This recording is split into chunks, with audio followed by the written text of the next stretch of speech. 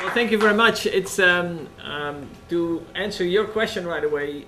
Yes, I like to spend some time on actually giving solutions too. I think it's especially the topic where I'm talking about. You have heard it over and over again because in the documentary we say 90% of 10% of the people care, 90% of the people really don't care at all. And of course, you're part of this 10% that is here today to watch the presentation. It's very important, I think, that we, tell our stories, but it's also important that I think we give solutions to a story. So let me give you a little bit and kind of a 1-minute breakdown where I come from. As you can hear on my accent, I'm originally from Holland. My grandfather was a pastry baker. He had a fantastic pastry shop, and I was destined to follow him up. He passed away when I was 14 years old. I was in the middle of my apprenticeship. As a kid, I always wanted to go in the film business. My older brother and I were avid 8mm films. We made all these really neat films at that time. But my grandfather had different ideas for me. So I promised him on his deathbed that I would take the shop over. What never happened because he passed away when I was 14 years old and a little bit too young to take over the shop. And my uncle ruined the business, and so there was no business for me to take over. But I had promised him that I would carry on the profession as a pastry baker. And so at 21 years old, after my apprenticeship and the whole works, it's 7 years in Holland that we have to learn for this. After I did my business degree, I fell into a shop, came out of the army. We had to serve in Holland. And at 21 years old, I took over a pastry shop. Ran it for about 5 years, loved it, but Holland became incredibly bureaucratic. Rules and regulations that you will not believe, and I'm always been a person that wants to try new things. So I left Holland and with my first wife, and we went to Hinton, Alberta. I always get this reaction when I talk about this because my son says, why is everybody always laughing when I say I'm born in Hinton, Alberta? It's a cute town, a small town, 3,000 people. Took over a shop, and to make a long story short, in 2 years I got completely turned off of the bakery profession because, we brought in European pastries, and what really happened is we sold donuts and cinnamon buns and more donuts. And so people would stand in front of the showcase and they would say, oh, look at this beautiful stuff. Okay, 2 chocolate donuts, 2 caramel donuts, and etc. I sold the business and I went to Vancouver and went back to school, went back to film school.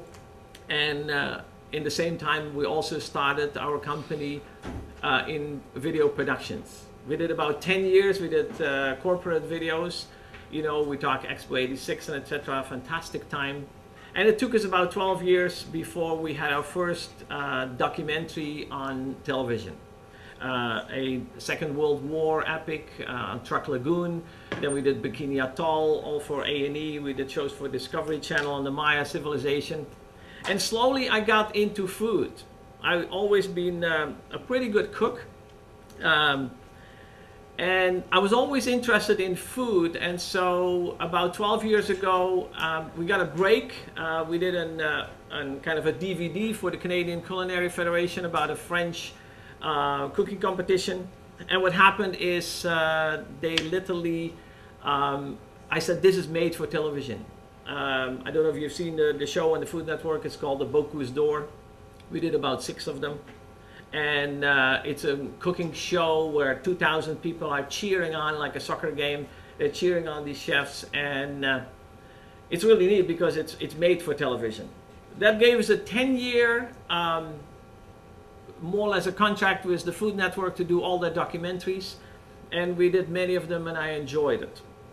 And of course, what you do at that time, and I think what really happened, is I started to get more and more interested in what our food actually comes from. What is in our food? Because, let me be very honest, Food Network, especially at that time, was an entertainment channel. And I have a couple of stories on that, and one that I can definitely tell you. For example, I would come with a couple of proposals to the Food Network, and they said, we have a show on oysters, for example, the history in oysters.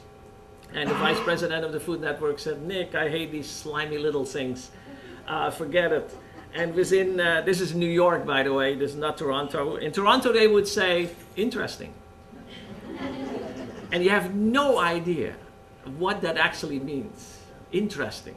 You know, what is interesting? In New York, they're way harder. They, within 20 seconds, a project, a proposal that we had worked on for 6 weeks went off the table, and no history on oysters. I said, give me a slot at kind of 10 to 11 on Sunday morning. And why would you want to have that, Nick?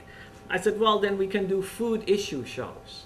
We can do, let's say, a program about salmon, and not, you know, a true documentary, not an opinionated documentary, but a true documentary. We show farm salmon versus the wild salmon and show the pros and the cons for it. They looked at me if they wanted to say, what on earth are you proposing here? And they said, Nick, we're an entertainment channel. I said, well, as a Food Network, don't you have also, are you not responsible also to show issue shows? They say, absolutely not. And then there came the next revelation, is who you think is going to pay for that? I said, well, sponsors, of course, right? They say, well, most of our sponsors would probably not want to show this. And that's, I think, where the first thing comes, where I want to talk about, and I'm going completely off my script here. But is television is controlled by large corporations. For example, and let me look it up because it was on my slides, of course. ABC is owned by Disney. I don't know if you knew this. NBC is owned by General Electric. All large corporations who really control what's coming on TV. Fox Television, Robert Murdoch is the owner of Fox Television, and Robert Murdoch is also the big CEO of Philip Morris. Philip Morris, you remember the cigarette company? Of course, in 2000, Philip Morris renamed their company in Altria. You can go on the net and look this all up. And they acquired Nabisco. Now you would say, Nabisco, yeah, I've seen the crackers. Nabisco is one of the largest food companies in the world.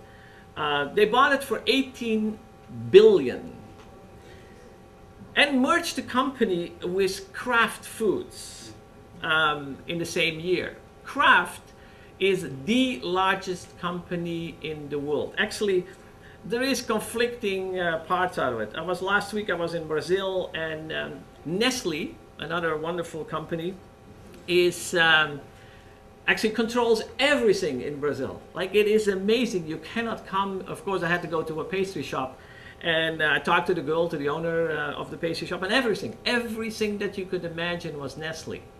Well, let me tell you a little bit about Nestle. It's last year we did a project, or we wanted to do a project with the the Day of Food, or the United Nations put us on. They have a World Food Day, and we wanted to do a really neat documentary with chefs to show about their local foods in the regions. And the project was in cooperation with WACS, it's the World Association of Chefs. And this is what the United Nations told me. They said, Nick, impossible, because Nestle is one of the big sponsors of WACS, of the World Association for Chefs. And Nestle is our #1 company on a blacklist that we have. And the blacklist is made by telling people, okay, how they treat their people, how they treat their companies where they buy from. So you see where my story kind of goes. Like, television is completely controlled by large corporations.